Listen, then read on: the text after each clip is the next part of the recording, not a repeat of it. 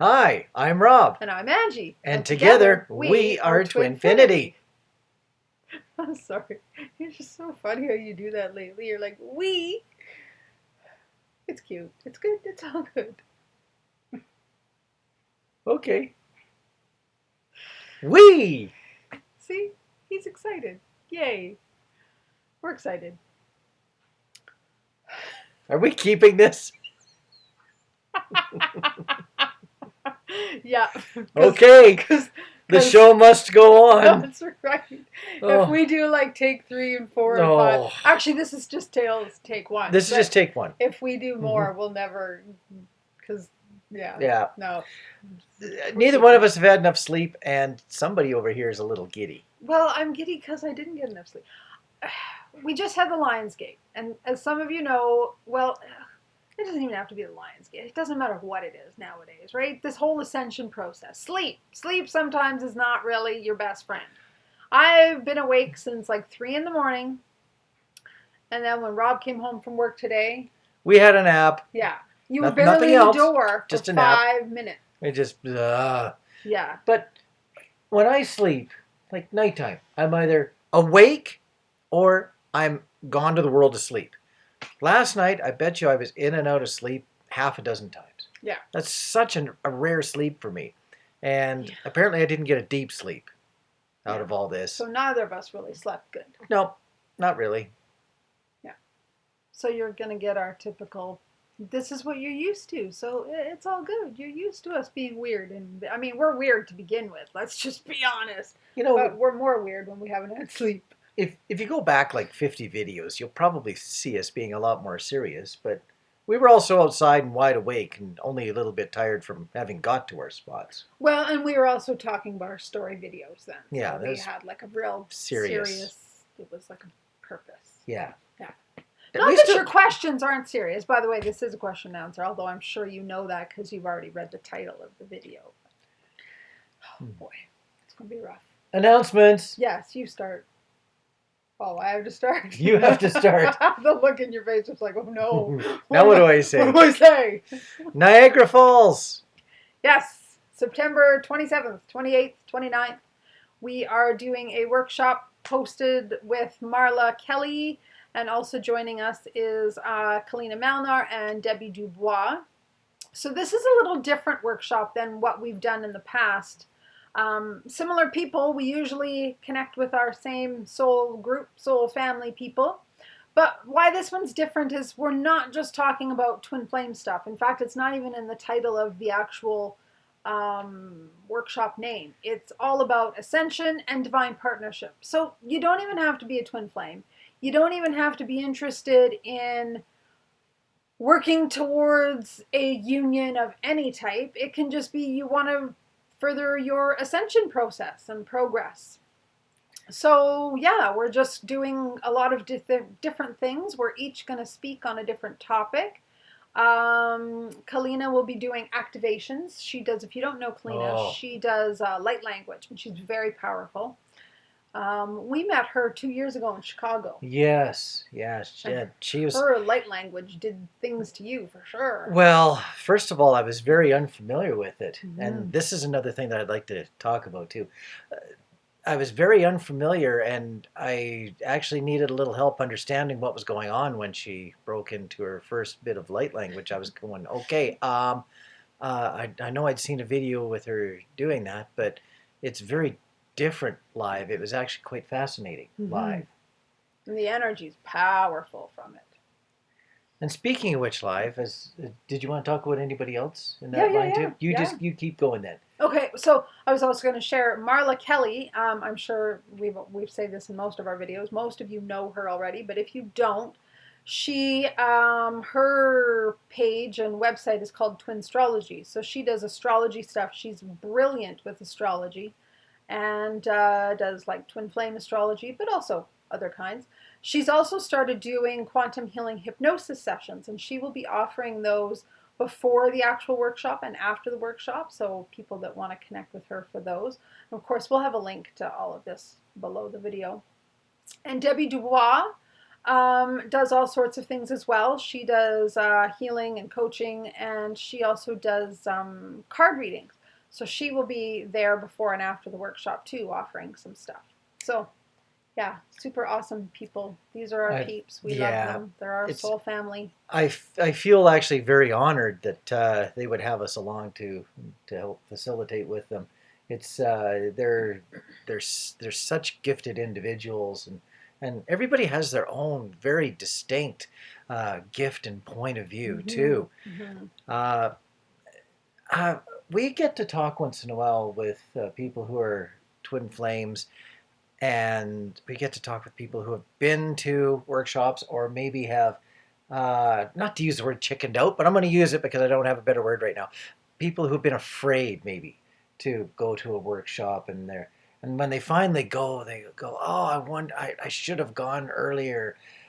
I'd like to encourage those of you who are teetering on the edge of maybe going to a workshop or maybe not, to try one out. And I think that this is going to be a fantastic one due to the immense variety of people that are going to be there, just within the facilitators, let alone the people who are going to be attending. Because this is not twin flame specific, even though it's going to probably attract a lot of twin flame people anyway. The diversity of skills and points of view, and especially with participation a lot from the people who are going to be attending that workshop, you're going to find that if you're afraid to attend, you're going to find people that you completely will be able to relate with.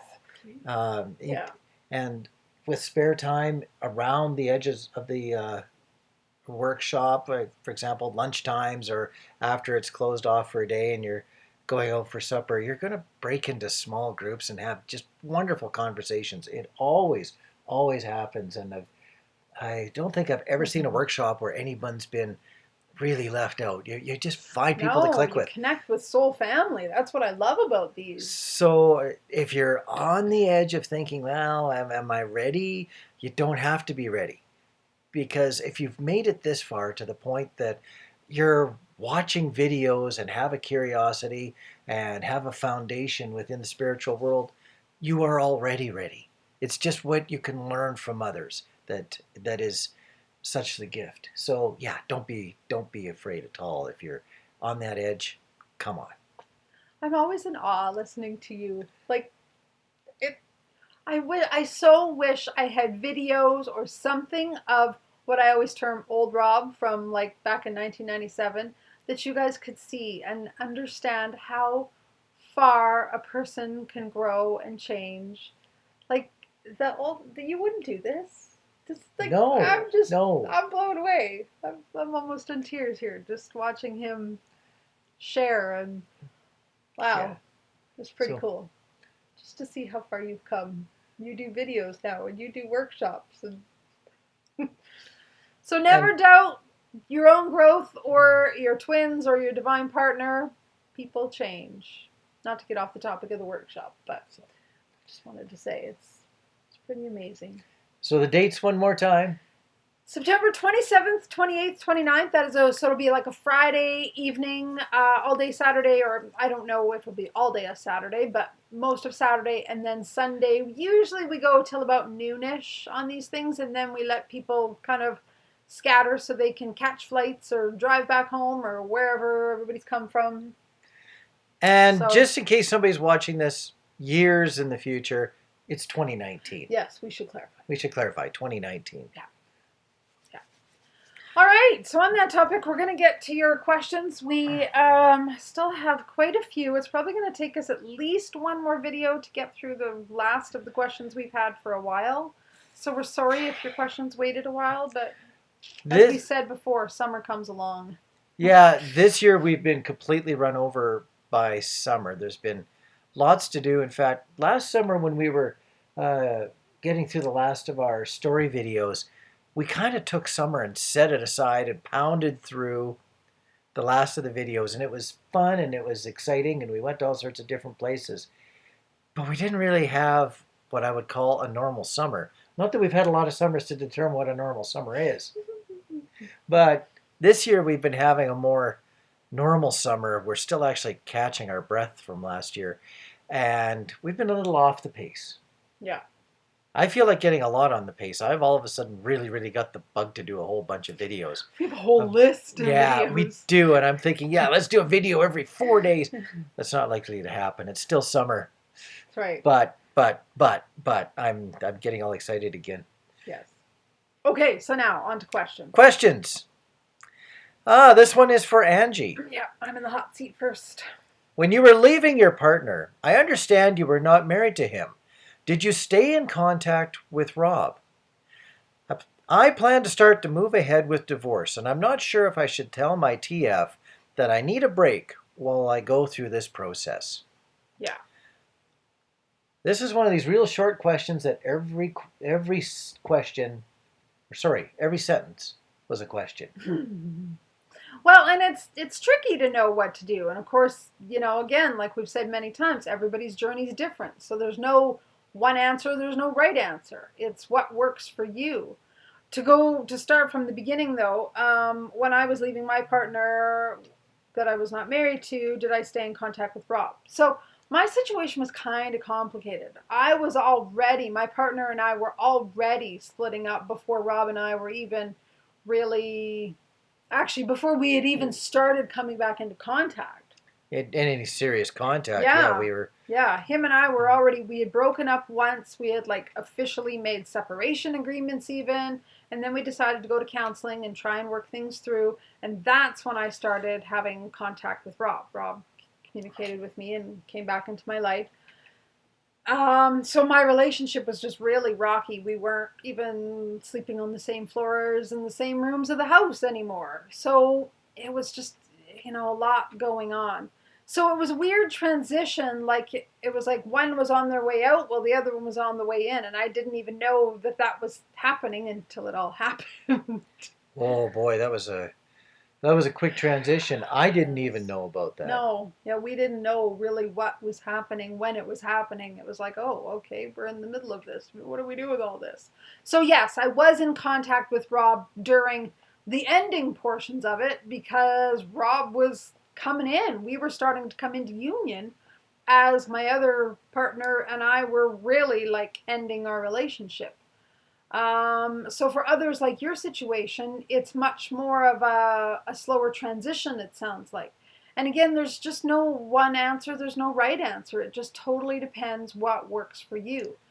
If you feel like it's going to be too much to have communication with your twin while you're going through a divorce, then certainly, pull away. What I would say is if you're already in communication with them, share what's going on at least a little bit so they know and they don't just wonder, oh God, she's just ghosted me.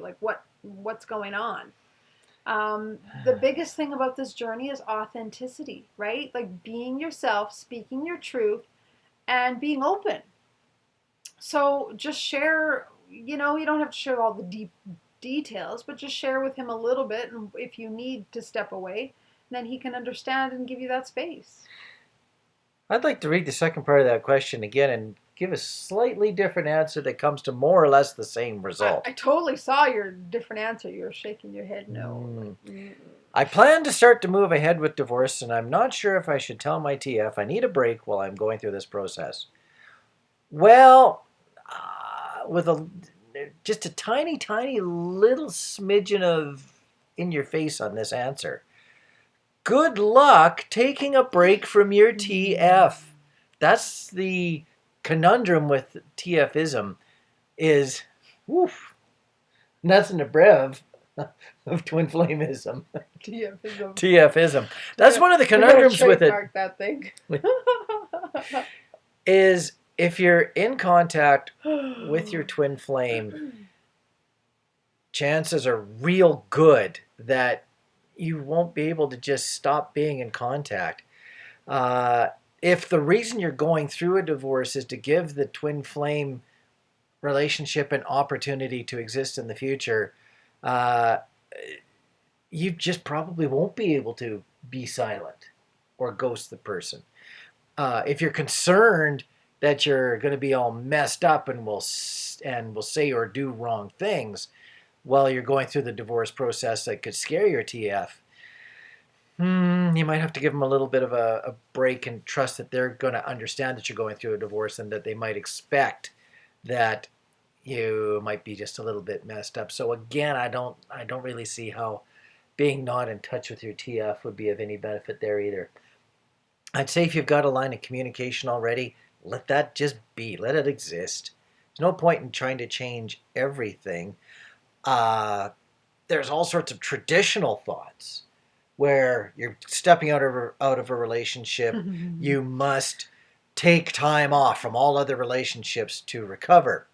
That is often very much the case if you're being booted out of a relationship and you weren't expecting that. Then you're going to need recovery time. But for a lot of people, especially people in the TF world, it seems like when they're breaking out of a relationship, the relationship that they're breaking out of, they've already mostly disconnected from. So taking some traditional 2 years off between relationships, uh, I don't unrecommend it, but it is I'm going to really risk doing this wrong, but it's often not quite as required to go as in depth as if you've been surprised by the end of your relationship. And especially just because the twin flame dynamic is Yeah. such a different dynamic. It doesn't follow the same rules that normal relationships follow. And I would prefer to think that the twin flame dynamic is more positive. So to For sure. have a positive relationship already under your hat, even just in the form that it is, why let a positive relationship push it off to the side? Why push it off to the side? People need as much positiveness as they can get as they're going through a divorce, whether they're ready for it or not. Really. So it's a positive influence. Well, not always though, because when you're still growing and going through the triggers, it's not. And if you're going through divorce and you're already being hugely triggered, and now your twin flame says something and that triggers you, again, that's where honest communication comes in. If you can say to them, hey, look, I'm going through a divorce. I got a lot on my plate. I feel really stressed, if that's really the case. Just let them know so they know that if you're edgy or you're not yourself or if you're distant, they know what's going on. I like how we don't rehearse questions and answers before we go ahead and try to answer them on video. Because we keep on feeding off each other. One will pick up a point that the other one said. Yeah. Twin flameism is awesome that way. Yeah. I really enjoy this. Angie has a point to clarify my point. I had a point to clarify her point. And then you get all perspectives. Yes. Yeah. This is fun. It's all good. This is fun. Next question? Yeah, I'm sorry. It's a bit of a long one for you. Take a breath. Which is really hard when I haven't even read it yet. So, going word by word. That's what you get when you don't pre-read. My fault. I know, it's the way you like to do it. My twin and I are in separation, initiated by me.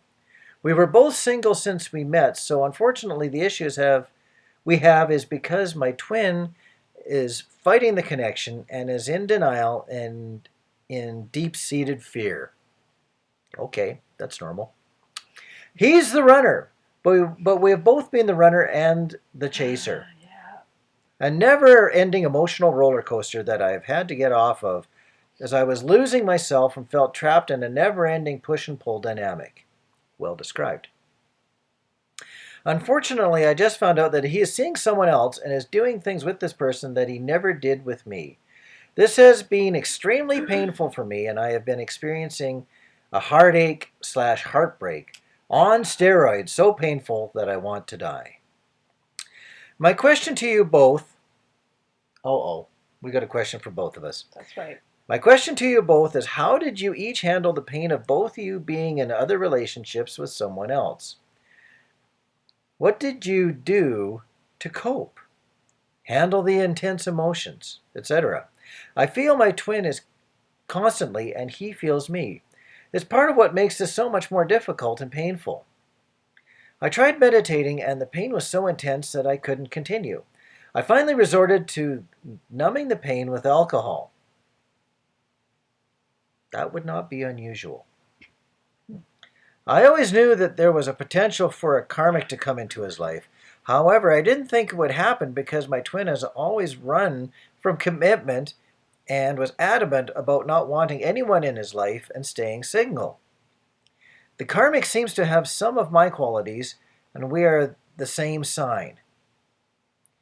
I don't know what to do other than to just continue focusing on my healing and ascension. That's a good choice. It's very wise. I'm so scared, though, that this is going to go on and on for years on end. We have been on this journey since 2013. That's when a lot of these journeys started. Yeah, 2012, 2013. Also, I tried once to move on in 2015 and I felt the heartache, heartbreak on steroids the night that I was with the guy. Oh, yeah, the twin. Got it. No, the other guy. The other guy. Yeah, she tried to date. Yes. Yeah. I felt me and my twin's pain. I was afraid of feeling it again, so I decided not to date and work through the TF relationship. It didn't work now. He was able to be with someone and I'm experiencing the same pain. Both his and mine. Help, please. I don't know what to do. That was a good question to read the whole thing on. Yeah, because there's lots of little pieces to it. Angie gets to read these questions, well, obviously long before I do because I get to read them as I stumble through them. And once in a while, questions get edited, but this was left as a full question, and I kind of suspected it was a good question to leave as a full question. Yeah. Good choice. So, to go back, here we go. Never-ending emotional roller coaster that I had to get off of. So I was losing myself and trapped in a never-ending push and pull dynamic. This is why this is such a good question, because the majority of twins who are not in union but are in contact with their twin are in this style of a situation where both are aware, both are slightly afraid, or maybe one's slightly afraid, or if the one that's afraid all of a sudden says, yeah, this is good stuff, then all of a sudden the one that was trying to push into the relationship all of a sudden gets a full dose of, oh my God, this could be real, and then they get afraid. So both become runner, both become chaser. That's getting to be a real old description of the twin flame dynamic, but it still, unfortunately, is real. Still happens for people. It still happens, especially for ones that are just getting started out. Yeah. It's a real way of describing it. So I wanted to go to the place. My question to you both is, how did you each handle the pain of being in other relationships with someone else? So I'm going to answer that first because way back when, it was you that got into a relationship before me. Okay. Yeah, and that was his 12-year karmic that he was in the whole time that we were apart. Foot going asleep. And we've shared this in our story videos. I can't even remember which one at this point. Probably when we're talking about karmics or the benefits of them and all of that. But when he first told me, I was devastated. Like I described in those videos, it was like he had stuck a knife through my back, or my heart actually, and it was just like the pain was excruciating. So I so understand what you mean by just the devastation. But here's the thing, it's pain on multiple levels, and when you can understand where the pain's coming from, you can then heal it on the different levels. So one level is ego. Our ego gets hugely bruised because we think, oh, how can they love someone else? I am their all. I am their soul. Like, why don't they want to be with me? Even, how you were saying somewhere down here about he's doing things with her that he hasn't done with me. Yeah. That's our ego. That is like, oh. Yeah. That's kind of a killer. That really is. It is. Because you're like, but they're supposed to love me the most. I'm supposed to be their one and only. How could they be with this other person and be doing things with her, or him in other people's case, that they haven't even done with me? So that is where the ego needs healing and, loving and nurturing, because those are like core wounds coming up. So they could be abandonment wounds. They could be insecurity wounds. So look at what that is for you and find out what is really the trigger that's really being, or the wound that's really being triggered to cause so much pain. Now, also, when your twin is doing things with somebody else that they wouldn't do with you, looking at it from a little bit of a positive point of view, that could also mean that they're setting themselves up for a lesson that they need to learn with someone else so that they don't have to learn that with you.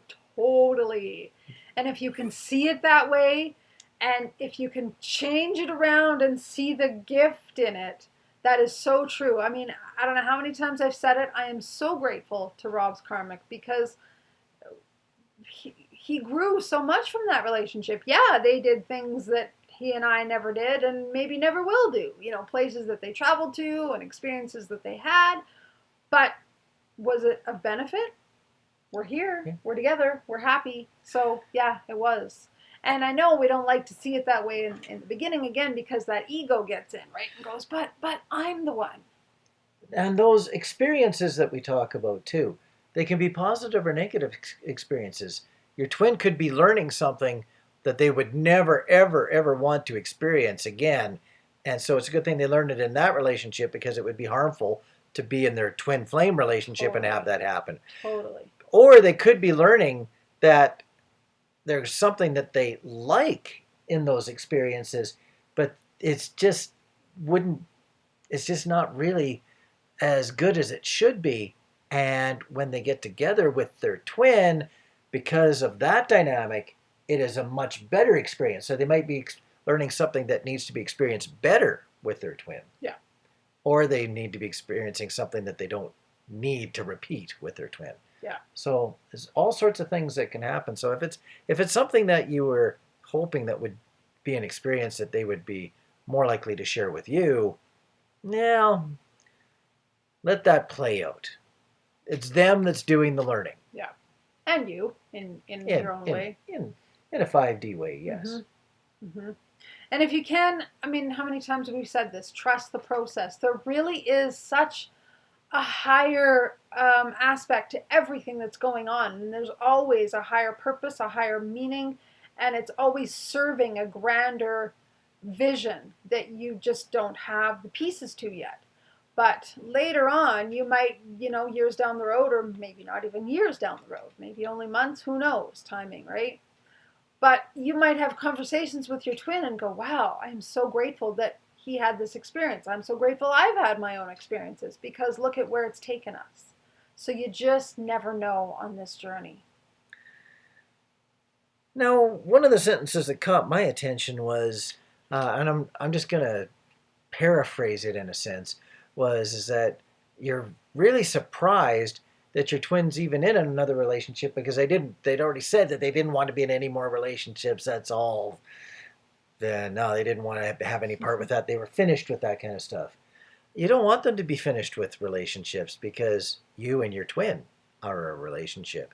So if something, maybe you can even take credit for this. If something about your relationship with your twin has opened up the thought that they even accept relationships when they said that they didn't even want a relationship with anybody ever again, that's actually more of a positive than a negative. Yeah, I think so. Yep. So just if they're going to be in a relationship, that's something that's really hard to stop. They're going to have to go through and let their own learnings run their course.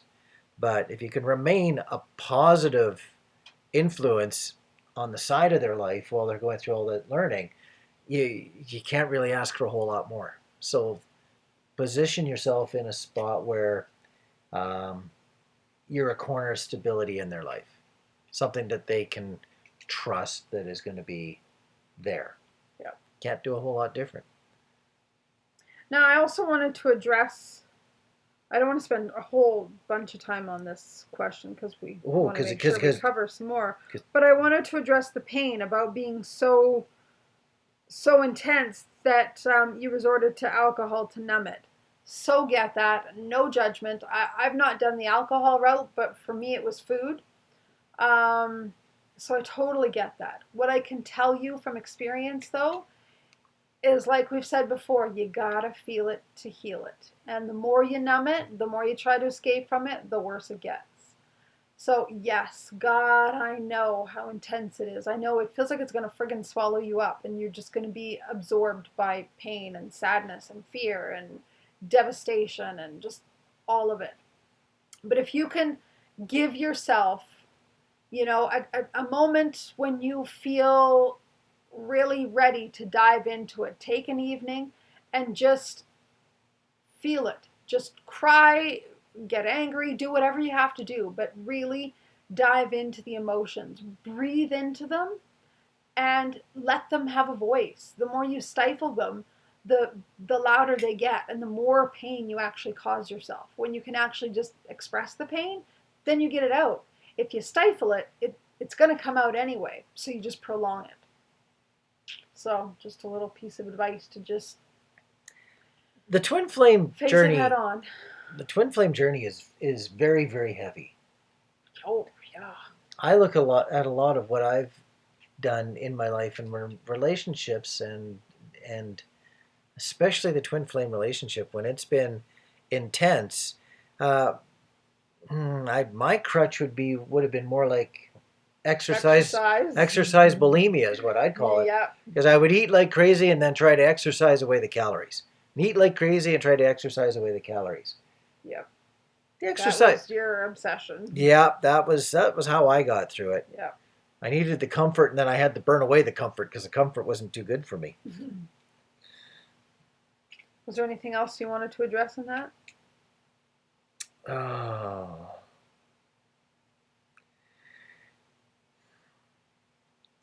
I have this just gap in what I'm wanting to say because I do want to empathize with the thought that it is for some a very painful journey, and but the pain itself, I do agree, really does come from the ego side of things. When you're not in control of the situation, when you're seeing someone else do things that you could perceive as moving away from the twin flame relationship or trying to bury the twin flame relationship, which is exactly the opposite of what you're hoping for. Yes, it can be very, very painful. Yeah. Stay positive in your eyes to yourself and in their eyes. Don't do anything to be negative in their eyes. What do you mean by that? Ultimatums. Don't go to your twin okay. and throw an ultimatum. Gotcha. Hi, I can't stand this anymore, so I'm going to let go of us if you don't see the way to come to us. Yeah. Oh, no.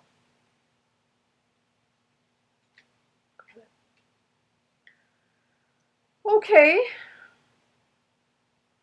Next question? Yeah. I very much like the last question. That last question could be a complete video or two all on its own. So many questions. So many honestly, angles. If we didn't have so many questions, we would do them just as their own separate. But we'd be here till the end of eternity if we did that. Just doing videos. Yeah. As it is, we have a hard time getting through all our questions. So, yeah, we could definitely do a whole video on questions one at a time. Well, next question. My YouTube feed sometimes recommends videos where relationship coaches, usually men, teach that if a man doesn't show any interest or starts ignoring or ghosting you, then it definitely means that he's just not interested and you should forget about him. Do you agree with that advice, and why do you think these coaches are so adamant about that?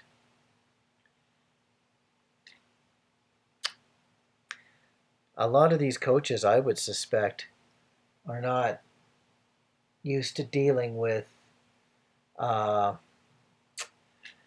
divine relationships.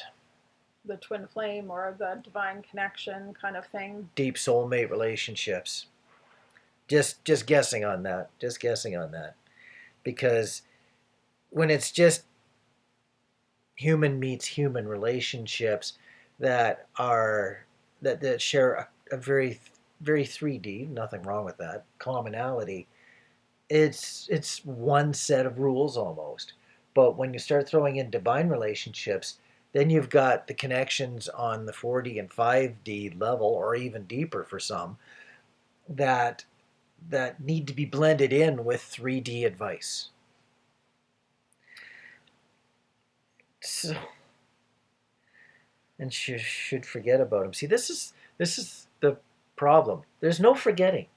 When you finally have recognized a divine relationship on any level, there is no real forgetting about it, because you've recognized a relationship that is so special that it sparks your soul. It deserves to be remembered. So how can you just say, well, that was just super excellent as far as a connection was concerned, but I'm just going to forget about it? You don't forget about it. And that's the problem with that style of advice. But we will never be the kind of people that will criticize other people's advice or say, don't follow this and do follow that. Because, like we're going to say over and over again, everybody's journey is different. What I would say, though, is what I suspect those kind of coaches are saying is that if somebody is not putting forth an interest in you, respect that. Whether you're a divine connection or not, does it make a difference? If you're being ghosted, are you supposed to go chase the person? No, because what's that going to do, right? It's always, always, always about coming back to the self. So if somebody is not communicating with you, whether they're a divine connection or not, it doesn't mean you go chase after them. It means you go chase after yourself. And you look within and you find out, what do I need from me in order to feel whole so I don't feel abandoned or ghosted by somebody else? Because we can't change another person's behavior. We never could. We never will be able to. Whether they're connected to you on a soul level or not. You always have to be happy with yourself, connected with yourself, and then you can find connection outside of yourself. So I think that's kind of the angle I would suspect that coaches are going with, is that whether they're connected to you or they understand that they're connected to you, if they're not communicating with you, respect that. Leave it alone. Uh-oh, you have that look that's like, nah, disagree. Well, no, not disagree. I'm going to use the word always. I always listen to things in absolutes. The next step beyond being ghosted is being told, don't contact again. Mm-hmm. I'd say never risk that. So one of my favorite terms is to stay in gentle contact, occasional rare contact, just to let that person know that you're still there. They may be working through a bunch of stuff while they're ignoring you. Mm-hmm. Yeah, who knows what their purpose is in ignoring you? Sure. It might not even have anything to do with you. They might be working through some stuff, and therefore they need to just know that you're still there, but please don't interrupt the process.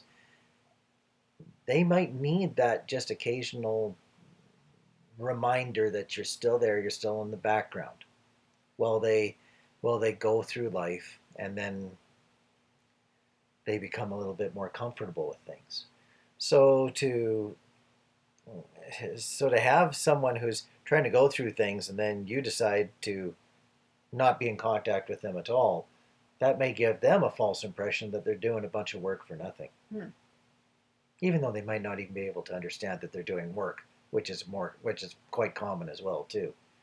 But gentle contact. I've said it many times before. I really believe that that's very important. And I will just add a little caveat to that. My belief is gentle contact, yes, but when you're nudged by your soul and not wanting to push with your ego. If you understand what I'm meaning by soul versus ego. When you get those inner little knocks, those quiet little knocks from yourself going, hey, you should send them a text or send them a phone call. Honor those. But when you're like, oh my God, he hasn't talked to me. What's going on? I got to reach out to him or he's going to forget about me, blah, blah, blah. That's ego. That's fear. I would recommend do not reach out when you're in those places, because that is usually not going to bode well for you, them, everybody involved. You need to reach out when you're in a point of stability, just in case you get contact back. If you're already in panic mode, you may over or underreact to whatever response you happen to get, because Yeah. in these situations, you're not expecting a response. So when you get a response, it's going to be a shock to your system. Yeah. So it's better to reach out when you're feeling more stable than when you're not. Yeah. Absolutely. So I guess just writing on the calendar every 3 months, or putting a reminder in your phone every 3 months, contact my TF whether I feel like it or not. That I wouldn't recommend that one either. No. I'm sitting here shaking my head. No. I completely agree with follow the knock the or the soul nudge. nudges is what I call them. Yeah. Yeah, when your soul's like, do it. And your soul is usually like a little loud or a little soft tap, not a loud, do it! Unless you're ignoring it, then the soul gets loud.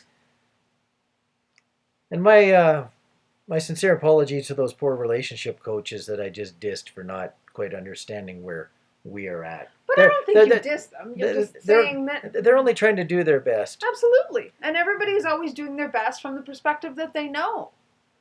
It would be interesting to talk to relationship coaches and catch them on to a couple of them, catch them on the corner of divine relationships, and would that ever change their advice? It'd be an interesting conversation to have. It'd be interesting, that's for sure. Yeah. I'm not sure I'd want to go there. Well, they would have to be open-minded relationship coaches, which would help even better. Yeah. So that's kind of fun. Okay. That'd be kind of fun. Okay, next question. Yeah. It's a wee little one.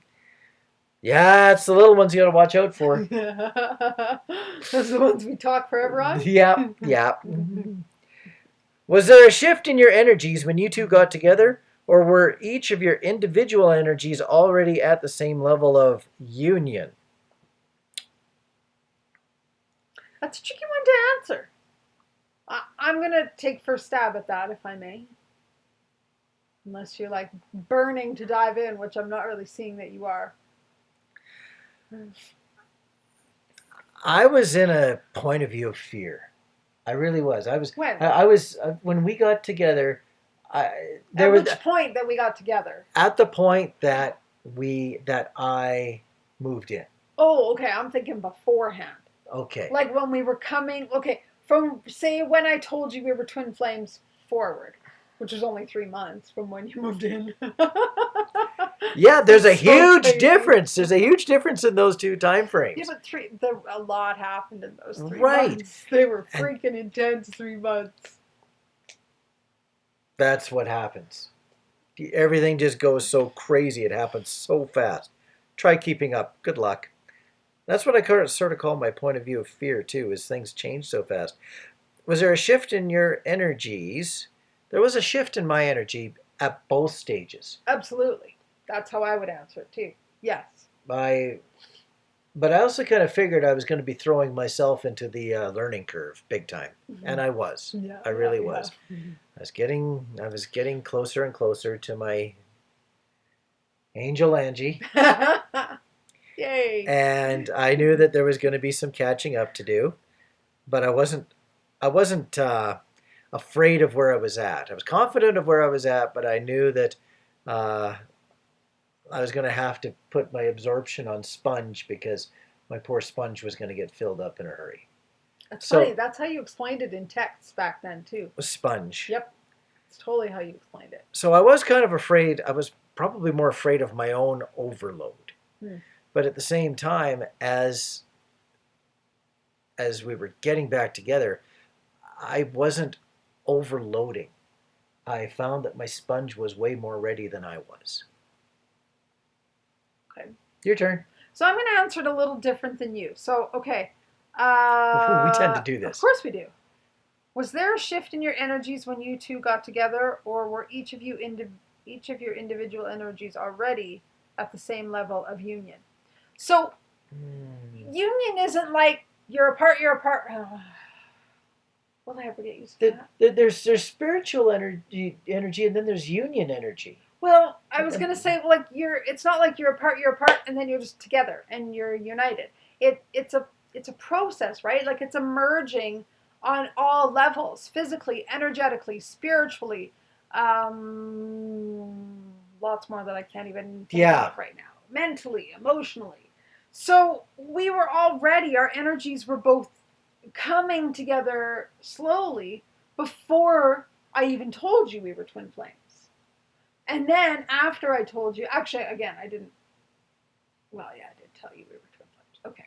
Anyway, um, we were coming together, and slowly and slowly and slowly, and it just kept coming. And even after he moved in, which some people would class as union, we were still uniting deeper and deeper and deeper. It was going on for probably at least the first year, I would say. It was where it was just all over the place. Mm-hmm.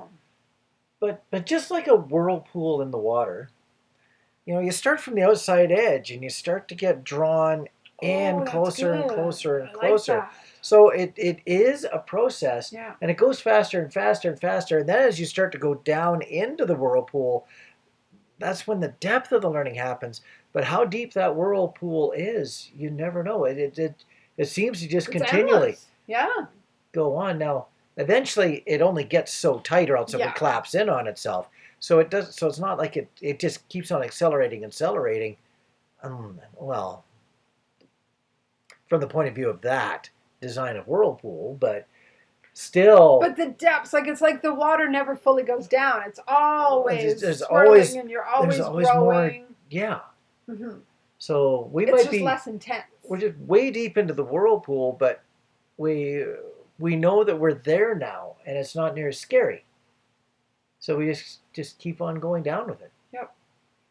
So going back to this, how I would kind of liken it is every day, every step you're taking forward on your journey is changing your energy. It's bringing you closer to union because you're evolving. And the more you evolve, the more your twin's evolving. And then it's kind of like a step ladder. They've often equated this isn't my analogy. This was something I read years ago.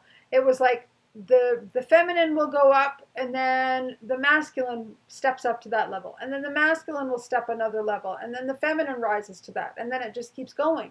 So you help each other always. As you grow, you're pulling your twin up to another level, and then they're pulling you up to another level. So you're constantly working together. So it's not like union happens and then poof, your energies change and evolve. It's happening for you now. You're just not aware of it. Maybe. And it's not like union energy substitutes for individual energy. Right. They work in parallel. Like where you are as an individual on the ladder is your individual energy. The ladder itself, as per Angie's demonstration, is the union energy, where you are on that. So are you at the same level? You can be or not, but if you're on the ladder, you're together. Yep. So you're always working towards it. You're always evolving your energies. So it's happening all the time. Still is. Yep. Both angles. Yes. Totally. I'm going to flip the page so we can carry on because just like you said, those short questions get us.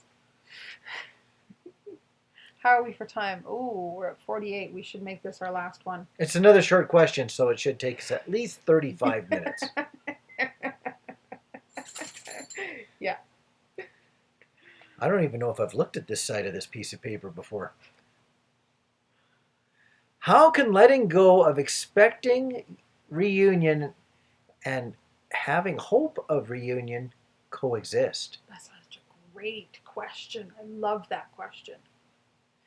Oh, there's a thank you comment here. Thank you again, Angie and Rob. I can't express how much your videos have helped. Have a wonderful day. Oh. Usually have a wonderful day. Yes, we do. Yes. I haven't had an unwonderful day in a long time. Okay, Focus. No. How can letting go of expecting reunion and having hope of reunion coexist? I would like to someday write a post about that to really be in depth about it. But what I'm going to say for now, I just wrote a few little notes, is the part of letting go of expecting reunion is the ego part. When you can let go of the ego that's always in doubt, or always like, oh God, what if this doesn't happen, or I need this to happen, and you can surrender to the soul. I know I talk a lot about ego and soul, and I hope you guys understand what I'm saying when I use those two terms. But when you can embrace your soul just knows. It just knows. So you don't have to go, well, am I going to be in union? You just know. Yeah, I'm going to be in union. You don't. It's not even a question. And when you can live from that place, that's the difference. So when you can get out of the fear, the doubt, the insecurity, the need, the want, the have to have it, and just trust what already is, what your deepest knowing already is, that's the difference. All those words together come back to a word that was in the question. Expecting. Expectations. Expectations are a huge tripwire. Yeah. Because expectations live in 3D. And 3D is where often the disappointment comes from. Disappointment is expectations not realized. Yeah. And I think the difference too is expect versus know. When you're expecting, you're waiting for something external to happen. And when it doesn't happen, then you're disappointed, and you're doubtful, and you're discouraged. When you know, you can just trust the divine time and know that it's going to happen. It's just going to happen when it happens, not when you force it, not when you control it. That's where the surrender comes in, right? When you just know it, you can just surrender to the process and trust that your soul's got your back, and it's going to make things happen when they're meant to happen, when the time is right for it. Which is why you can't really expect things, because your soul is going to run the show anyway. Totally. Yeah, it's going to run. So there's no. I don't want to say that expectations are pointless. Sometimes to have expectations, and if an expectation happens and it's a positive outcome, it feels good. But to live completely on expectations and go through the massive highs, and then the next day the massive lows, and the day after that the massive highs, key. and then Yes. the massive lows, based upon the expectations. That's right. If I could replace expectations by just having someone live in the fog, just like you're rowing a boat in the fog and you can't see what the next day is going to look like, but know that you're still rowing the boat, you're still going somewhere. Sometimes the fog is your friend. Sometimes it is. Yep. Very true. So I hope that answered in a short way. Again, I would like to eventually. I have so many inspirations for posts I want to write to. You should see our house. We have sticky notes all over the place, and I have pictures. I save pictures for the right, again, divine time, when I get that knock saying, "Okay, share this now." And then when I share it, people are like, "Oh my God, I so needed to hear that." Well, it's because Spirit knows that. So it's learning to honor those nudges when we get them, right? So yeah, we have lots of things that we want to share, but all in the right time. My nudges come in. Sometimes I like to sit down in front of the computer and type out pages and pages in Word of thoughts. Once in a while, I'll just start clicky-clacky typing away, and Angie becomes very afraid. Totally. I don't know what's happening. Yeah. I become afraid in a fun way. Yeah. Curious too. Yes. Before we go, I just wanted to comment. I keep forgetting to comment on this in other videos. We share in the links of our videos how to connect with us through our Facebook page and our YouTube channel and Instagram. I also wanted to mention, though, Rob is not on Facebook, just because that's just not his personality, and that's totally okay. I gotta work on that. I do. You don't, but if it's not your thing. There just isn't 27. You have a hard 27. time answering people's texts, let's be real. So I'm not certain Facebook's for you. I'm only blessed that I can do so much Facebook stuff because of the job that I have. Let's be honest. It's because I have a spectacular boss. When I go to work, I have to. I literally in many ways, for hours on end, I completely forget I have a life outside of work and I have to work. Yeah. It requires my full attention. Yeah. And when I leave work, then I try to have the life that I can't have at work at all. That's right. So by the time I get done with that, no hours left. There's just no hours. I need 27 hours in a day. So my point with all of that was to say, feel free if you would like to connect with me personally through Facebook. You're welcome to do that as well. I share, I mostly share our like mountain explorations, our mountain climbs. I just shared our holiday pictures. We just finished a crazy adventure of a holiday, so I shared a bunch of pictures on that.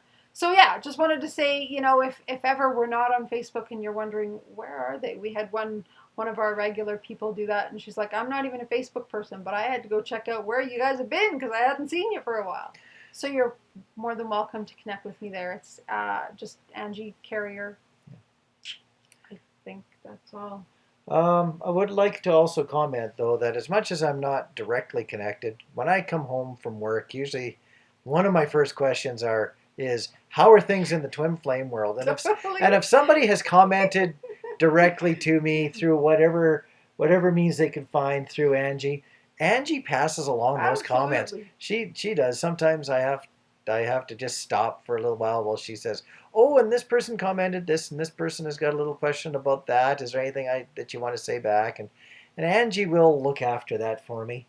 She definitely will. You guys have no idea how much you're like our family. Even though we've not met some of you, we've met a lot of you in person, but not all of you, obviously. But we treasure you, and our days are often spent either communicating with you or communicating with each other about you. Yes, we do spend a lot of time. We do. I just don't spend a lot of time doing that directly back myself. Yeah. But Angie does help me with that. Yeah, and you do. That's one of your first questions after we reconnect when either of us comes home from work. How's things in Twin Flame Land? Yeah, how's things in Twin Flame Land? Totally. Yeah. Totally. All right, so on that note, I think we're going to wrap it up unless you got anything else. I have nothing else other than the fact that I am starting to get really excited about that workshop. Yes. Totally am. Another opportunity to connect with you guys. I've never had anything other than a stellar workshop, either as a participant or as one of the facilitators, and this is just going to be another one. This will be our fourth. So we've been a participant at 2, and this will be our second as facilitator. Facilitators. Yeah. So obviously we like them. We keep going. We like them. They're good for us. We see how good they are for other people. You see the lifelong friendships that people make. Sure. Like even from our Banff one that we did last year, I was just communicating with one of the girls that lives here in Calgary. Yeah. And another one that lives somewhere in the U.S. that connected through the Banff workshop and that are really close friends now. And it's just so beautiful to see. Like, you truly make lifelong friends at these things. It's just wonderful. And every workshop, there's always just a few tears as people are going, I've got to go catch a flight. And you can see them just misting up. They don't want to leave. They don't want to leave, but they want to go back home with all that they've experienced and spend some time sorting and filing it, because there is so much that does happen on an internal level. You got to breathe for a little while. No kidding. It takes a little while to recover. It's intense. But it's like that roller coaster ride that you finally take and you go, oh, that was so scary. And I'm so glad I did it. Yeah. Except these aren't scary. No, they're awesome. You feel scared for the first 15 minutes, and then as soon as you start talking in the circle, you're just like, these are my friends. These are my people. As our unicorn Kelly says. Yeah. When she went to the first one, she was like, I came to find my people. And she did. She did. She's found so many people. Yeah. Okay, well, we're going to go before we talk your ear off about workshops. You can tell we're passionate about connecting with our people. Yes. So on that note, we love you guys. We so appreciate your likes, your comments, your shares, your connecting with us, and we honor your journey. And we will certainly be back with more videos hopefully soon, because we have lots on the go for us to share. We've been saving up. Yes, we have. Okay. All right, goodbye. Bye.